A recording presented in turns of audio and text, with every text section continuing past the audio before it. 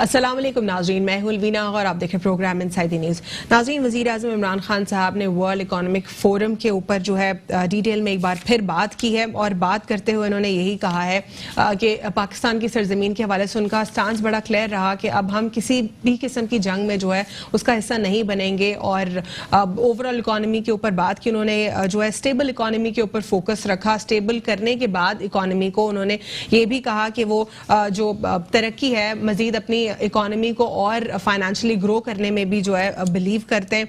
और बहुत सारे उन्होंने जो क्लियर स्टांस उनका नजर आया हमें ट्रंप के साथ भी जिन्होंने गुफ्तगू की, उसमें बायलैटरल टाइज के ऊपर भी उन्होंने बात की। ट्रंप से उन्होंने जो है ओवरऑल कश्मीर सिचुएशन के ऊपर भी बात की और ट्रंप ने यह भी कहा कि वो वजीर आज़म इमरान खान साहब को पसंद करते हैं, उन पर एतमाद करते हैं और उनके साथ जो है उन्होंने एक कंसर्न जाहिर किया कि वो सिंसियरली भी जो है मीडिएशन करना चाहते हैं कश्मीर के मामले के ऊपर। दूसरी जानिब बीजेपी का स्टांस कश्मीर के हवाले से कंप्लीटली मुख्तलिफ है। आर्टिकल 370 को रिवोक करने के बाद अब पूरी कोशिश कर रही है बीजेपी कि किसी तरीके से जो है जो एक उन्होंने एक इमेज जो पूरी दुनिया को उनका वाकई दिखाई दे रहा है कि जहां पर ह्यूमन राइट्स की वायलेशन हो रही है, वो एक बहुत बड़ी एक्टिविटी करने जा रहे हैं। इंटरनल सोर्सेज से मालूम होता है कि कोई ऐसी एक्टिविटी करने जाएंगे वो और फिर इंटरनेशनल पब्लिकेशंस को वहां पे बुलाएंगे और बहुत जो बड़े लीडर्स हैं, वर्ल्ड लीडर्स, उनको वहां पे मधु करेंगे और उसके बाद वो एक जो उनके ऊपर एक एलिगेशंस हैं कि कश्मीर में जो है वायलेशन हो रही है ह्यूमन राइट्स की, वो इस चैप्टर को फुल एंड फाइनल खत्म कर देंगे। बहुत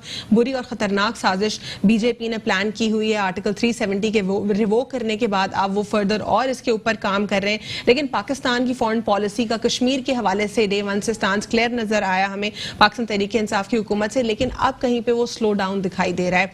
अब कहीं पे हमें फील हो रहा है कि उसके ऊपर जिस तरह काम हो रहा था एग्रेसिवली वैसा काम नहीं हो रहा। डिटेल में बात करेंगे, वर्ल्ड इकोनॉमिक फोरम के हवाले से भी बात करेंगे और जो गंदम के हवाले से बातचीत हो रही है मुल्क में कि हमारा मुल्क जहां पे गंदम प्रोड्यूस होती है हमें यहां से भेजनी पड़ रही है एक्सपोर्ट की का हमें क्या लॉस हुआ कि हमें दोबारा से 3 लाख टन इंपोर्ट करानी पड़ी, यानी कि हमने सस्ती गंदम दी और महंगी गंदम खरीदी यूक्रेन से। अफगानिस्तान को क्या जरूरत थी अगर हमारा होमवर्क कंप्लीट नहीं था? क्या ये लैक ऑफ कम्युनिकेशन है, ये लैक ऑफ रिस्पॉन्सिबिलिटी है, या जो इदारे उनके बीच में कोई कम्युनिकेशन दुरुस्त नहीं? सिंध के हवाले से वफाक कहती है कि उन्होंने गंदम ली ही नहीं है। जो बीच में एक डिपार्टमेंट है वहां पर जो कोऑर्डिनेशन था उसके थ्रू से उसके थ्रू आउट अगर उस पर हमने देखा, अगर स्टैट्स मालूम किया तो सिंध ने क्लियरली कहा था कि हमारे पास इस वक्त सरप्लस में मौजूद है, में जरूरत नहीं है। इस पर डिटेल में बात करेंगे। हमारे साथ प्रोग्राम में मौजूद है गजाला सियाल साहिबा, MPA पाकिस्तान पीपल्स पार्टी, और हमारे साथ मौजूद है महमूद मौलवी साहब, रहनुमा पाकिस्तान तहरीक इंसाफ, मुशीर आबी वसाइल, और हमारे साथ मौजूद है मोहम्मद अकमल साहब, तजियाकार हैं। आप तीनों को प्रोग्राम में फॉर्मली वेलकम करते हैं। पाकिस्तान पीपल्स पार्टी का स्टांस जानना चाहूंगी। सिंध के सूबे में ये भी कहा गया कि सिर्फ जो हम 3 दिन का प्रोटेस्ट था उसकी वजह से डिमांड एंड सप्लाई की वजह से मामला हुआ, वो मामला एक तरफ। दूसरी तरफ फिर जो है रेड भी पड़ी, कहीं से कहा गया कि चूहे खा गए और फिर कहा गया कि मिट्टी भरी हुई थी। ये क्या आवाम को बेवकूफ़ बनाया जा रहा है? क्या हो रहा है ये? देखिए, बिस्मिल्लाहिर्रहमानिर्रहीम, जो ये मुसलसल एक हफ्ते से जो आटे की और गंदम की रेट बढ़ गए, आटे की कीमतें बढ़ गई और फ्लोर मिलें बंद हो गई और आटा वहाँ तक नहीं पहुँचा, और इस वजह से क्योंकि गंदम जो ख़त्म हो गई थी, किसी ने भी नहीं कहा कि हमारे पास वफाकी हुकूमत के मिनिस्टर ने कहा था कि हमारे पास लाखों टन पड़े हुए हैं, हमें अभी ज़रूरत नहीं है बाहर से मंगवाने की। या जब हर सूबे को ऑब्वियसली हर सूबे को रिलीज होती है ना फेडरल से देते जी, तो फिर लेकिन उस वक्त आप लोगों ने कहा था कि हमारे पास सरप्लस में मौजूद है। वो तो कहा था, लेकिन जब टाइम खत्म होता है तो सिंध हुकूमत ने उनको कहा कि हमें गंदम चाहिए। लेकिन ये जब ये बहरान पूरा उभर गया, उरूज पर आया, उसके बाद क्या इससे पहले कोई होमवर्क नहीं था, या सरप्लस में जो मौजूद था वो चूहे खा गए, या वो वाकई चोरी हो गई, स्मगलिंग हो गई? चूहे वगैरह नहीं खाते। ये फेडरल हुकूमत वो जो हिस्सा होता है, जिस तरह NFC अवार्ड दिया जाता है सूबों को, तो गंदम भी इसी तरह हर सूबों को दी जाती है। तो जब स्टॉक ख़त्म हो गया तो सिंध हुकूमत ने उनको कहा, तो उन्होंने कहा कि हम आपको जब गंदम ख़त्म हो गए तो हम आपको 3 लाख टन देंगे। ठीक है, 3 लाख टन वो, और जो पड़ी हुई थी गंदम तो वो सारी उन्होंने बाहर भेज दी। वो भी सबको पता है कि स्मगलिंग हो गई थी। एक अफगानिस्तान के ऊपर अब आप लोग बोल रहे हैं, जब उस वक्त अफगानिस्तान भेजी जा रही थी, एक्सपोर्ट की जा रही थी, उस वक्त किसी ने कुछ नहीं बोला। शेख रशीद साहब कहते हैं कि उस वक्त उनका एक वोट था। इवन वफाक ने आपको ये बोला कि क्या हमें जरूरत है, तो ये स्टांस पेश किया गया था कि हमारे पास तो ऑलरेडी मौजूद है। और ये क्या पाकिस्तान तहरीक इंसाफ का मुआहदा नहीं है, ये पुरानी दौर हुकूमत का मुआहदा है। क्यों खत्म नहीं कराया इस मुआहदे को आप लोगों ने? ये गलत बातें हो रही हैं और सिंध हुकूमत ने उनको कहा था कि हमारा स्टॉक खत्म किया हो रहा है। और आप असेंबली में भी ये हमने बात रेज की थी, लोगों ने कहा था, हमारे एमपी, तो हमने ये बात की थी कि हमारे मिनिस्टर ने भी कहा और सब ने कहा कि गंदम के रेट बढ़ते जाएंगे, हमारे यहाँ आटा खत्म हो रहा है। मिलों ने, मिल मालिका ने कहा कि ये कब आप लोगों ने कहा? एक्सपोर्ट कर देने के बाद? देखिए जी, नहीं, बीच में ख़त्म हो गई थी तो बाहर चली गई। तो हमने यही कहा कि गंदम ख़त्म हो रही है और ये गंदम जा रही है बाहर, अफगानिस्तान जा रही है, तो इनको रोका जाए। लेकिन वफाक कहती है कि उस वक्त तो आप लोगों ने कोई रिएक्शन नहीं दिखाया, इसके ऊपर कोई बात नहीं की, और उसके बाद फिर ऑल ऑफ अ सडन ये नहीं होता कि सिंध हुकूमत ने जल्दी से स्टॉक खत्म हो गया और जल्दी से रेट बढ़ गए पूरे पाकिस्तान की। देखिए, लेकिन गजाला साल साहिबा, जब भी कोई इशू होता है उसके ऊपर आप लोग ऑपोजिशन का एक किरदार अदा करते हैं। यहाँ पे आप लोगों ने क्यों किरदार अदा नहीं किया? क्या होमवर्क आप लोग का अपना नहीं था? पूरे मुल्क में नहीं है आटा, पूरे मुल्क में नहीं है, पूरे मुल्क में रेट बढ़े, सिर्फ सिंध में नहीं बढ़े थे, पूरे मुल्क में। KPK में देखें, पंजाब में देखें। नहीं, सिंध का मैं इसलिए आपसे सवाल कर रही हूँ कि आप लोगों ने क्लेम किया था कि आप लोग के पास सरप्लस में मौजूद है। किया था और इन्होंने कहा था कि हमारे पास, देखिए, वो खुसरो बख्तियार साहब ने यही कहा था कि आप उनकी स्टेटमेंट खोल के देखें, तो वो उन्होंने कहा था। ठीक है, मैं यही से आपसे कनेक्ट करूंगी गजाला साहिबा। महमूद मौलवी साहब, वफाक की शिकायत है इसके ऊपर कि उस वक्त पहले ऑपोजिशन जमातों ने इस पर कुछ भी नहीं बोला जब ये अफगानिस्तान एक्सपोर्ट हो गए। हालांकि अफगानिस्तान एक्सपोर्ट करना भी पाकिस्तान तहरीक इंसाफ का कोई बायलैटरल टाई नहीं है अफगानिस्तान के साथ, ये पुराना मुआहदा है जिसको चलाना पड़ रहा है। बिस्मिल्लाहिर्रहमानिर्रहीम। देखिए, पहले मैं एक चीज़ आपको कह दूं कि अफगानिस्तान जो जा रहा है ना, ये जैसे आपने कहा मुआहदा पुराना है, इतना बड़ा इशू इसलिए नहीं है क्योंकि उसकी मैं आपको वजह बताऊं। पहली चीज़ ये है कि पिछले साल जब मार्च में हार्वेस्ट कट आता ना सिंध में, तो हुआ ये कि सबका अजम्पशन था क्योंकि सिंध ने 1 टन भी माल प्रिक्योर नहीं किया। देखें, जहाँ गलती है वहाँ मैं आपको कहूँगा उन्होंने प्रिक्योर नहीं किया। जैसे पंजाब ने प्रिक्योर करके रखा है, खैबर पख्तूनख्वा ने प्रिक्योर किया और फेडरल पास्को ने प्रिक्योर किया। सिंध ने इसलिए प्रिक्योर नहीं किया कि इनको अंदाजा था कि इनका पास माल काफ़ी है, ठीक है ना। उसमें से कुछ माल जेन्युइनली ख़राब हुआ, बारिशें भी हुई है। देखें, एक चीज़ है, कुछ माल ख़राब हुआ, कुछ शॉर्टेज थी जो कि एग्री किया है सिंध गवर्नमेंट ने। देखिए, इस वक्त अगर हम इस पे जाते हैं ना, देखें, और जहां आप कह रही है ना कि महंगा गया और सस्ता गया, जब एक्सपोर्ट हुआ वो 260 और $270 में एक्सपोर्ट हुआ है, जिसकी प्रोसीड्स है। आज भी अगर इंपोर्ट करें 265-60 में ही आएंगे। मगर मैं आपको ये आपके चैनल पर बैठ के बता रहा हूँ, इस वक्त कोई इंपोर्ट नहीं आएगा और ना आने का कोई तुक बनता है। उसकी मैं वजह बताऊं। देखिए, आज अगर हम इंपोर्ट करने जाएंगे तो ये गंदम पड़ेगा $43-44 रुपए किलो। उसकी वजह है कि वही $265 की रेट बढ़ के 44-43 में एक और भी चीज सामने, एक फैक्ट सामने आया है, जहां पे कराची में इंडस्ट्रियल एरिया में प्राइसेस चेक की गई हैं और वो पूरी रिसीट्स मौजूद हैं। वो पूरा 10 किलो की बोरी 430 रुपए में मिल रही है। देखिए, क्या है? मैं आपको उसकी क्या ये प्राइस कंट्रोल अथॉरिटी का लैक है? देखिए, इसमें मैं बताऊं क्या है। इसमें सिंध गवर्नमेंट को मैं ये इल्तिजा करता हूं कि देखिए, जहां वो अच्छाई कर रहे हैं ना, उसके ऊपर वो अपना रेट कायम करे। देखिए, मैं आपको बताऊं, सिंध गवर्नमेंट 34.5 रुपए में गंदम दे रही है, जो कि ये गंदम पास्को से लिया गया है। इसके अंदर जो रिबेट है 50% सिंध गवर्नमेंट दे रही है, 50 फेडरल दे रही है। मैं आपको हर एक पॉइंट क्लियर कर दूं। मगर हो क्या रहा है, मिल वालों को वो दे रहे हैं 34 रुपए 50 पैसे में। तो आटे की कीमत 430-440 से ऊपर नहीं होनी चाहिए, क्वालिटी का थोड़ा बहुत फर्क होगा। अब हो क्या रहा है कि वहां पे उसको चेक एंड बैलेंस नहीं है। देखिए, कुछ ट्रकें लगाई जी के ना, कि जहां पे मैं आपको इसलिए कह रहा हूं ना, आज केमाड़ी में मेरे 2 ट्रक खड़े थे, लांडी में मैंने दिया है, यहाँ पे 430 रुपए में हम ट्रक पे खड़े होके बेचे कल भी। देखिए सिंध हुकूमत ने आपको कहा, बिल्कुल सिंध हुकूमत, मैं आपको ये कह रहा हूँ, देखिए उसकी वजह ये है कि देखिए पूरे कराची में मिलना चाहिए। जो मैं कह रहा हूँ कि सिंध गवर्नमेंट की रेट घड़ी घड़ी में कह रहा हूँ, मेरे ख्याल से बहन लास्ट प्रोग्राम में भी थी, देखिए अगर 430 रुपए में मिल वाले दे रहे हैं, ठीक है, अगर दे रहे हैं 430 में दुकान वालों को, तो ये 60 रुपए में कौन बेच रहा है? पहली चीज ये ना, 43 रुपए में अगर मिल वाले दे रहे हैं तो 60 रुपए में कौन बेच रहा है? तो ये भी जरा चेक करना चाहिए, क्योंकि 17 रुपए का मार्जिन नहीं होना चाहिए। देखिए होगा ये है कि जब गंदम मिल रहा है 34 रुपए में, जो प्राइवेट सेक्टर में जो गंदम की बात हो रही है कि 50 रुपए में ले रहे हैं या 52 रुपए में ले रहे हैं, वो लेके कौन बेचेगा? उसकी वजह यह है कि आज मैं आपको बताऊं, लेकिन प्राइवेट सेक्टर तो फेडरल गवर्नमेंट कह रही है कि प्राइवेट सेक्टर से लेंगे हम, वो गंदम जो मंगवाई जाएगी वो प्राइवेट सेक्टर को दिया जाएगा, गवर्नमेंट का उसमें कोई नहीं, उसमें गवर्नमेंट का नहीं। मगर देखिए बहन मैं बताऊं, इंपोर्ट होगा ही नहीं। उसकी वजह ये मार्च की 15 तारीख को हमारी हार्वेस्ट कट रही है सिंध की, तो सिंध में आए। देखिए सिंध में जब कटेगी, शॉर्टेज इस वक्त मैं आपके इसके ऊपर दावे से कह रहा हूँ, शॉर्टेज सिर्फ कराची में है इस वक्त। सिंध का जो मेन शहर कराची, हैदराबाद में, पंजाब में कोई शॉर्टेज नहीं है, वो सब ठंडा हो गया। हाइप क्रिएट करने की कोशिश की, पंजाब से मैदा कराची आ रहा है, पंजाब के मिलरों को बिठा दें, और मैं आपके सिंध के बॉर्डर के ऊपर अभी लगाता हूं मैदा कराची आ रहा है, ठीक है।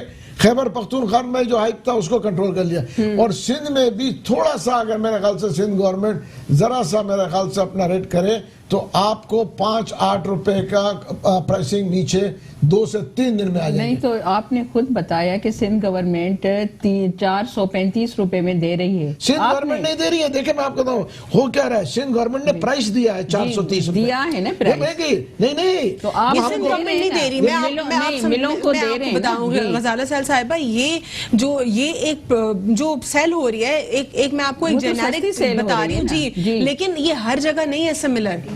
लेट मी करेक्ट, ये हर जगह ये वाली प्राइस नहीं है, यही तो मसला है, यही तो मैंने दिखाना था, यही तो बात करनी है। सिंध गवर्नमेंट ने रेट रखा है 43 का, ठीक है, पूरे सब मिल वालों को 43 में बेचना है, ठीक है।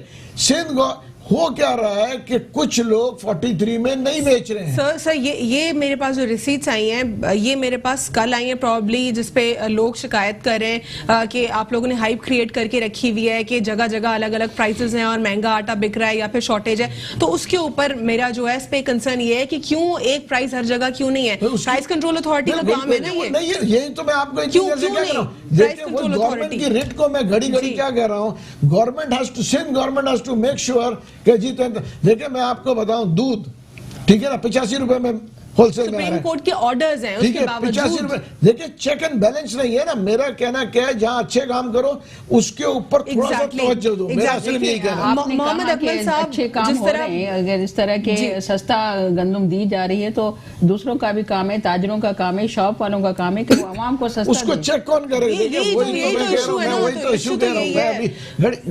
मोहम्मद अकमल साहब, जिस तरह प्राइस कंट्रोल अथॉरिटी का सवाल मैं हर दफा पाकिस्तान पीपल्स पार्टी से करती हूँ, लेकिन कोई मुझे इसका सैटिस्फैक्टरी जवाब नहीं मिल पाता। कभी दूध का मामला होता है कीमत का, कभी टमाटरों का होता है, कभी ओवरऑल प्राइस होती है, सब्जियों की हाइक पे चली जाती है। प्राइस कंट्रोल अथॉरिटी का आखिर क्या पर्पस है, क्या काम है? वो ओवरऑल एक कमिश्नर की जो लिस्ट है वो तक हर जगह पे नहीं लगी हुई है। एक टीम है जो कि बिल्टअप तो हुई हुई है, सैलरीज तो ले रही है, लेकिन वो क्यों जाके चेक नहीं करी, क्यों सुपरविजन नहीं करी, मॉनिटरिंग क्यों स्ट्रांग नहीं है? क्या अगर आटे की इतनी हाइप क्रिएट हुई हुई है तो फिर कैसे एग्जैक्ट और सही कीमत पे आखिर क्यों कैसे एक जगह पे मिल रही है, तो फिर बाकी एरियाज में क्यों नहीं मिल रही? इसका मतलब ये तमाम तर बहरान तो मसनूई भी एक तरीके से क्रिएट किया गया है ना। देखें इस वक्त मैं आपको बताऊं, ये जो फेडरल गवर्नमेंट और सिंध गवर्नमेंट की जो है ना वो तू मैं तो चलती रहेगी, ठीक है ना। और जिम्मेदार अल्टीमेटली आपको ये पता है कि दोनों ही होते हैं किसी न किसी हवाले से। अब इन्होंने सपोर्ट प्राइस नहीं मुकर्रर की, लेकिन सिंध के सूबे की अगर हम बात कर लें, यहाँ पे तो हमें वफाक को नहीं क्वेश्चन करना चाहिए, क्योंकि अगर पैस्को की बात करते हैं हम, तो पैस्को से जब रिलीज करने का वक्त था, जब सबको ऑफर हर सूबे को हो रही थी, तो उस वक्त तो सिंध ने मना कर दिया। अब इवेंचुअली आ जाता है, इसका मतलब ये है कि सिंध के पास कोटा था, सरप्लस में मौजूद थी वीट, फिर दोबारा से दूसरा इशू सामने आ जाता है कि या तो उसके अंदर से फिर दो आटा निकलता है वाली दो बात ना करें कि उन्होंने ये कहा कि हमने ऐसा नहीं है सर, लेकिन इसमें ये ओवरऑल वफाक की तरफ से स्टांस आया है। वो कह रहे हैं कि बता दें कि इस तरह देखें, ब्लेम गेम जो है ना वो ये चल रहा है कि ये सिंध गवर्नमेंट कह रही है कि इन्होंने हमें चूंकि एनएफसी के और दीगर पैसे नहीं दिए तो हमारे पास पैसे ही नहीं थे, गंदम खरीदने के पैसे ही नहीं थे, ठीक है ना। तो इस वजह से ये उन पे डाल रहे हैं, वो इन पे डाल रहे हैं। जो बुनियादी तौर पे जो गंदम का बहरान है ना, ये आपकी बात बिल्कुल सही है, आर्टिफिशियली क्रिएटेड है।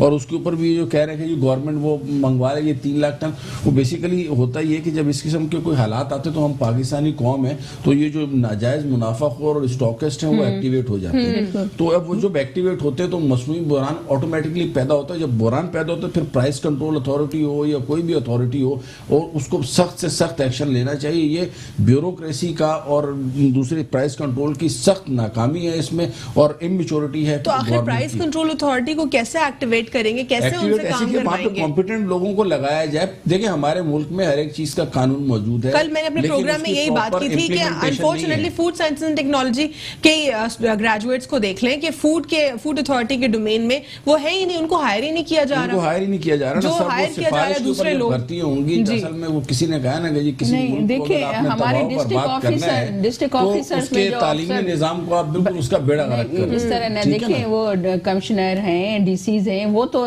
जाहिल नहीं है, वो तो लेकिन खजाना साहिबा, देखिए वो मेरिट का मयार कॉम्पिटेंसी का लेवल नहीं है उनका। रेलेवेंट कॉम्पिटेंसी कमिश्नर डिवीजन में बैठे हुए हैं, डीसी बैठे हुए हैं, उनसे नीचे ऑफिसर बैठे हैं, उनका डीसी और डीसीबीसी भी किस तरीके से पास हो के आ रहे हैं हमें भी पता है ना। सीएसएस में जो एग्जाम देके चाचे खालू मामा फूफे वो जो पास हो रहे हैं वो एक अलग बहस में हम चले जाएंगे। फिलहाल मैं जो बात कर रहा हूँ ना, मैं ये कह रहा हूँ कि दोनों गवर्नमेंट की नाकामी है और उससे नाजायज फायदा उठाया है इन मुनाफाखोरों ने। और ये 3 लाख टन गंदम सबको पता है नहीं आनी है, लेकिन क्या है कि ये एक टैक्टिक है यूज की है कि हम जब छोड़ देंगे मार्केट में कि 3 लाख टन गवर्नमेंट मंगवा रही है तो मुनाफाखोर जो फिर निकालेंगे कि सस्ती ना हो जाए और वो स्टॉक है ना वो अपना स्टॉक रिलीज करना शुरू कर देंगे। दोनों गवर्नमेंट के पावर पार्ट के ऊपर मिसमैनेजमेंट है, इसमें कोई डाउट नहीं है। लेकिन इसमें जो मेन रोल प्ले किया है ना वो असल में आवाम ने प्ले किया। उसके बाद आपकी ये जो फूड प्राइस जो अथॉरिटी है इसको तो मेरे ख्याल में डिसॉल्व कर देना चाहिए। इसका कोई काम ही नहीं है।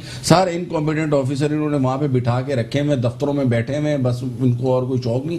भाई जाके देखो ना, प्राइस कंट्रोल है, चार गोदाम आप सील करो, आप देखो कैसे 430 वो जो अभी भाई बात कर रहे हैं ना, मेरा कहना ये है ना कि मैं तो कराची के सारे एमपीएस से, चाहे एमक्यूएम का, चाहे पीपल्स पार्टी, चाहे पीटीआई, सबसे दरख्वास्त करूंगा कि वो अपने अपने इलाकों में देखें कि ये प्राइस हाइक क्यों गई है। देखें जब गंदम कोई जवाब नहीं आता, इसका कोई जवाब नहीं आता। 4 गोदाम सील करें, ये 430 पे आए। आप 4 गोदाम की बात कर रहा हूं, मैं कह रहा हूं 2 गोदाम सील कर लें, मगर हो ये मैं पिछले हमारे उस बहन के साथ मैंने अभी प्रोग्राम किया था 2-3 दिन पहले, ठीक है ना। मैंने उस वक्त भी ये कहा था कि देखें क्रैकडाउन यहाँ जब आप 34 रुपए में गंदम दे रहे हैं तो 43 रुपए से ऊपर होना नहीं चाहिए। और अगर कोई मिल, ठीक है ना, वो महंगी बेच रही है या दुकान वाला महंगा बेच रहा है तो उसको कोई चेक करे। और इसके लिए देखें, फिर अगेन मैं ये नहीं कि ब्लेम गेम खेल रहा हूं, इसके लिए सिंध के अंदर, ठीक है ना, फेडरल के इदारे आके चेक नहीं कर सकते, वो सिंध के ही लोग हैं। जो मैं कह रहा हूं रिट है, देखिए ना, एक दिन जब जो है क्या कहते हैं कमिश्नर ने कहा कि जी लोग अपने गाड़ियां लाके खड़ा करें तो लोगों ने लाके गाड़ी खड़ी की। उसके बाद देखें, हमको फोटो सेशन नहीं होना चाहिए, हमें ये देखना चाहिए कि अवाम को ये गंदम आ जाए, ठीक है ना। और अगर मैं आपको बताऊं, हर इलाके में थोड़ा थोड़ा भी करके देंगे ना, ये प्राइस 5-7 रुपए 2 दिन में नीचे आ जाएगा। उसकी वजह ये है कि देखें ये प्राइस आर्टिफिशियली क्रिएट किया गया है, मैं आपको दावे से कह रहा हूं। और जहां तक ये है कि फेडरल के पास रिजर्व में जो है 8.5 लाख टन इस वक्त भी पड़ा हुआ है। ठीक है, फेडरल गवर्नमेंट क्या कर रही है? देखिए फेडरल ने नहीं, देखिए फेडरल ने 2 लाख रिलीज किया है। प्रॉब्लम क्या है? रेट नीचे नहीं आ रहे,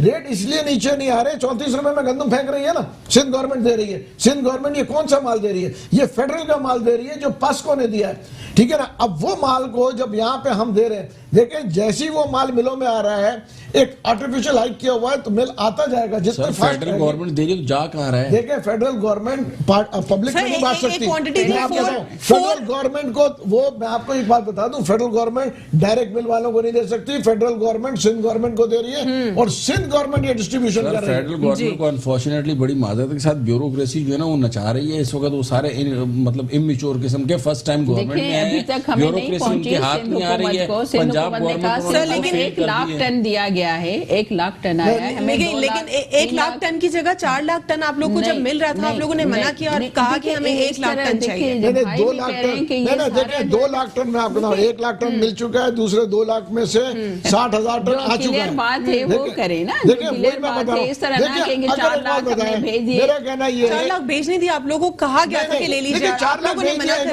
4 लाख भेजा, जितना गया ना इसमें 75% कराची के एक्सपोर्टर हैं जिन्होंने भेजा। नहीं ये मैं आपको बताऊं, कराची के एक्सपोर्टर हैं जिन्होंने एक्सपोर्ट किया है। ठीक है ना, 1,40,000 टन तो सिर्फ कराची बंदरगाह से गया है। देखिए उस वक्त होता ये है कि हर आदमी देखिए, लेकिन मेन कंसर्न तो ये भी है महमूद मौलवी साहब कि ये बहरान तो नून लीग के दौर में, पाकिस्तान पीपल्स पार्टी के दौर में आखिर क्यों होता है? ये कंट्रोल क्या ये प्राइस कंट्रोल अथॉरिटी है सिर्फ, या ये कोई पैस्को का कोऑर्डिनेशन का मसला है? 20 साल से देख रहा हूँ, देखिए मैं बताऊं, मैं इस ट्रेड में खुद 20 साल से हूँ। हर चाहे पीपल्स पार्टी का दौर हो, चाहे नवाज शरीफ साहब का दौर हो, चाहे हुआ ये है कि एक्सपोर्ट गया फिर इंपोर्ट कर दिया, इंपोर्ट किया फिर एक्सपोर्ट कर दिया। ये कोई पहली बार, ये कोई पहली बार नहीं हुआ। ये मैं आपको नवाज शरीफ के आप यही मैं जानना चाहती हूं, ठीक है, जिस तरह अभी महमूद मौलवी साहब भी कह रहे हैं ये पहला दौर नहीं है, हम तो लेकिन रीजन क्या है गजाला साहिबा? हर दफा क्यों चले? नवाज लीग भी खराब, हम भी खराब। लेकिन ये जवाब दीजिए, आप छोड़ दें बस कि मसला क्यों होता है बार-बार? रोकना चाहिए ना। जब देखें कि गंदम अब खत्म हो गई या बारिश की वजह से खराब हो गई, या सूबों में या पंजाब में या बलोचिस्तान में या केपीके में, हमारे अपने सूबे सब प्राइम मिनिस्टर तो सबका प्राइम मिनिस्टर है।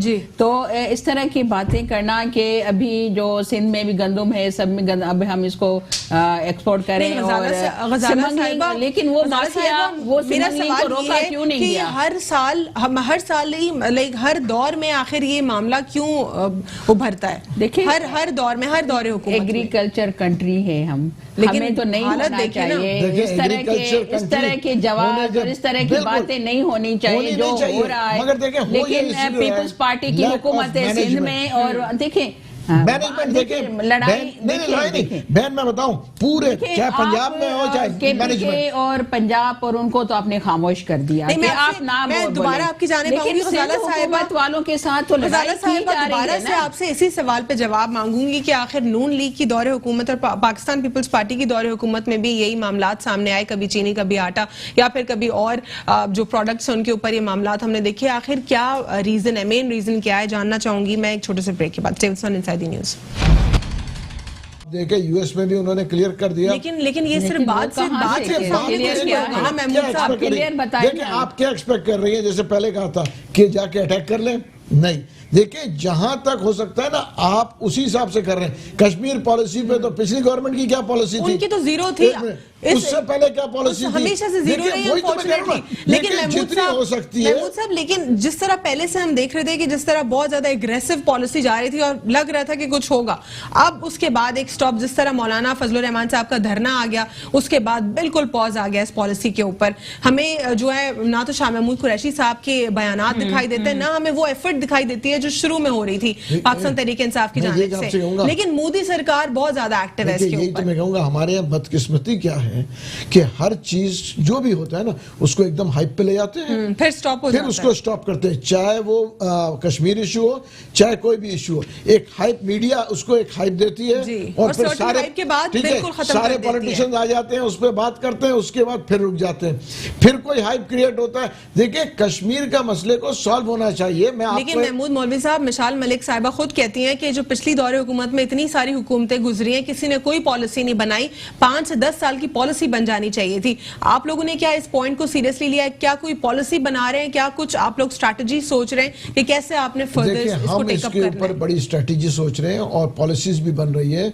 उसकी वजह यह है कि देखें इसके ऊपर कश्मीर सिर्फ पाकिस्तान का इशू नहीं है, मैं ये कहूं कश्मीर पूरे मुस्लिम ममालिक का इशू है, ठीक है ना। आप ये देखें ना, बाकी लोग तो सिर्फ पाकिस्तान तो फिर भी लड़, बाकी पूरी मुस्लिम ममालिक खामोश है, सऊदी अरेबिया खामोश है, यूएई खामोश है, बल्कि वो तो उनके तरफ जाके बातें कर रहे हैं। आप ये भी तो देखें ना, हम पाकिस्तान जेके जितना कर पा रहे हैं ना वो कर रहा है। आप मुझे बताएं कौन से मुस्लिम ममालिक मुल्क हैं जो कि कश्मीर इशू पे बात कर रहे हैं? ठीक इज है, इट सऊदी ठीक अरेबिया, इज इट यूएई? कौन से मुस्लिम ममालिक है? सब खामोश बैठे हैं। एग्जैक्टली मोहम्मद अकमल साहब, वज़ीर आज़म इमरान खान साहब को ये तो क्रेडिट देना लाजमी है कि जिस तरह वो बात करते हैं, रिप्रेजेंट करते हैं मुल्क को, डेफिनेटली क्रिटिसिज्म अपनी जगह पे, लेकिन बहुत बेहतरीन तरीके से करते हैं। वर्ल्ड इकोनॉमिक फोरम पर भी उन्होंने बहुत अच्छे से पाकिस्तान की रिप्रेजेंटेशन की। इस तरह के फोरम्स के ऊपर पाकिस्तान को रिप्रेजेंट करके क्या कुछ बेहतरी आ सकती है इकोनॉमिकली? क्योंकि FATF की जो रिपोर्ट है 4 महीने की, उसके ऊपर भी डिटेल बात हुई है। इस तरह क्या पिवटल रोल प्ले कर सकते हैं इसमें? देखिए, प्राइम मिनिस्टर की जो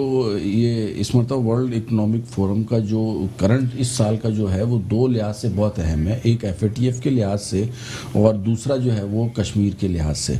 अच्छा, कश्मीर में और फिर ये जो दूसरा सिटीजनशिप वाला लॉ अमेंड कर GCA और CAB, तो ये मोदी गवर्नमेंट ने एक जो लूज बॉल फेंकी है, तो इसके बाद जो है ना वो इसको इनकैश करना अगर हम ना करें तो हमारी इनकॉम्पिटेंसी होगी। इसके लिए हमें बाकायदा सिफारती सतह के ऊपर अपने तमाम सफ़ीरों को, वजारत खारजा को बहुत एक्टिव करना पड़ेगा और एक बाकायदा लॉबिंग करनी पड़ेगी। असल में लेकिन क्या हमने कैश किया CAB को? एक टर्मिनोलॉजी यूज होती है लॉबिंग। लॉबिंग जो है ना दूसरे कंट्रीज में एज ए सब्जेक्ट पढ़ाया जाता है। तो ये जो आप बातें कर रही हैं कि इसको आपने करना है, तो इसके लिए बाकायदा लॉबिंग की जाती है मुख्तलिफ कंट्रीज में सफारतकारों के जरिए। एक दो बयानात से कुछ नहीं होने का, लेकिन इस वक्त जो वहां पे गए हैं, सबसे जो इस वक्त हमें बड़ा चैलेंज जो दरपेश है वो वर्ल्ड इकोनॉमिक फोरम FATF का है, जहाँ पे हम इस वक्त ग्रे लिस्ट में, अगर हम ग्रे लिस्ट से निकल जाते हैं तो वो हमारे लिए सबसे बड़े फायदे की बात होगी। उसमें अमेरिका का रोल बड़ा इंपॉर्टेंट है। क्या डिवोर्स में शिरकत होना क्या कोई पिवटल रोल प्ले कर पाएगा? इसके 2 एस्पेक्ट हैं। देखिए, एक एस्पेक्ट है इसका स्टैट्यूटरी कि पाकिस्तान ने उसकी चीजों को पूरा किया या नहीं किया जो स्टैट्यूटरी रिक्वायरमेंट FATF ने हमें दी थी। दूसरा है इसका डिप्लोमेटिक। देखें, अमेरिका की डोमिनेशन है यूनाइटेड नेशन के ऊपर और ये FATF, ये बड़े बड़े कंट्रीज जो है इन सारी चीजों को यूज करते हैं दूसरे ममालिक को इन्फ्लुएंस करने के लिए। तो ये प्राइम मिनिस्टर ने का ये जो दौरा है, और उससे पहले शाह महमूद कुरैशी साहब भी गए हैं, और इन्होंने जिस तरीके से अपनी अमन के हवाले से अफगानिस्तान में, ईरान में और अपने किरदार को बेसिकली जो उजागर किया, that will definitely help towards FATF, no doubt. But लेकिन FATF की अगर मैं स्टैट्यूटरी सतह के ऊपर जाऊं कि रिक्वायरमेंट्स क्या थी, तो FATF में एक तो होता है ना कि जी लास्ट में उन्होंने कहा था कि आपने फलां चीजें एंटी टेररिज्म के हवाले से इंप्लीमेंट करनी है। अब उन्होंने ये नहीं कहा कि आपने इंप्लीमेंट करनी, उन्होंने कहा आपने डेमोन्स्ट्रेट करना है। मेरे पास बाकायदा इसके पॉइंट्स में लाया हुआ था आपके नाज़रीन के लिए कि उन्होंने लिखा हुआ है कि टेररिस्ट ग्रुप की प्रॉपर सुपरविजन की जा रही है, इसको आपने डेमोन्स्ट्रेट करना है। इसके अलावा लिख रहे हैं कि आपने जो एक्शन और सैंक्शन जो आपने लगाई हैं आपके फाइनेंशियल इंस्टीट्यूशन ने, एंटी मनी लॉन्ड्रिंग, और इनको आपने डेमोन्स्ट्रेट करके दिखाना है। डेमोन्स्ट्रेट करा के दिखाना है कि आपके कॉम्पिटेंट अथॉरिटीज हैं, प्रोसिक्यूशन का सिस्टम है, लीगल सिस्टम है, ये वर्क कर रहे हैं। आपको बाकायदा दिखाने पड़ेगे कि ये केसेस हैं, इनके हमने फैसले सुनाए हैं, ये चीजें हमने इन दहशतगर्दों को सजा दी है। ये हमारे यहाँ 3-3, 4-4 जो PM साहब भी जो बात कर रहे थे कि निजाम जो हमारे यहाँ पे चल रहे हैं, उन सब चीजों की हमारे को डिमॉन्स्ट्रेशन करनी है। ये बात है स्टैट्यूटरी। अब ये सब किया धरा किसका है? ये इंडिया का है, क्योंकि FATF का मेंबर है इंडिया। ये वो उसने पता है कि उसने अपनी लॉबिंग के जरिए उसने वहां पे ये चीज शो करे कि पाकिस्तान को बोलो करे नहीं, दिखाए जी। तो अब हमें भी अपनी लॉबिंग के जरिए और सिफारतकारी के जरिए इस चीज को करना चाहिए, और इसमें तमाम पार्टीज को यकजा हो के, जिस तरह कश्मीर के ऊपर हम एक जैसे हुए हैं, उसी तरीके से पॉलिसी में ये लॉबिंग का एलिमेंट स्ट्रांग होना चाहिए। ठीक है, इसमें आप क्या कहेंगे कि क्या हमारे FATF के एक एस्पेक्ट के हवाले से क्या दूसरे ओवरऑल इकोनॉमी के लिए भी बेहतर होगा ये? देखिए अलविना, पहले भी आपके प्रोग्राम में FATF पर बात हुई थी, भाई ने बहुत अहम बातें की है। मैं यही कहूँगी आखिर में कि जो अपोजिशन पहले उनके भी लॉबिंग में जो ग्रुप है, उनके भी हेड जो हैं, जिस तरह हमारे चेयरमैन बिलावल भुट्टो हैं या शहबाज शरीफ है या इकबाल हसन है, उन पर देखिए आप जो मेन जो आपको कहा गया है जो टेररिस्ट हो रही है, जो दहशतगर्द है, मेन उनको पकड़े, ये मनी लैंड जो भी, लेकिन आपने जो सियासी लीडर हैं उनको बंद करके रखा हुआ है, उनकी आवाज़ को दबा के रखा हुआ है। जब ये सियासी लीडर उनकी आप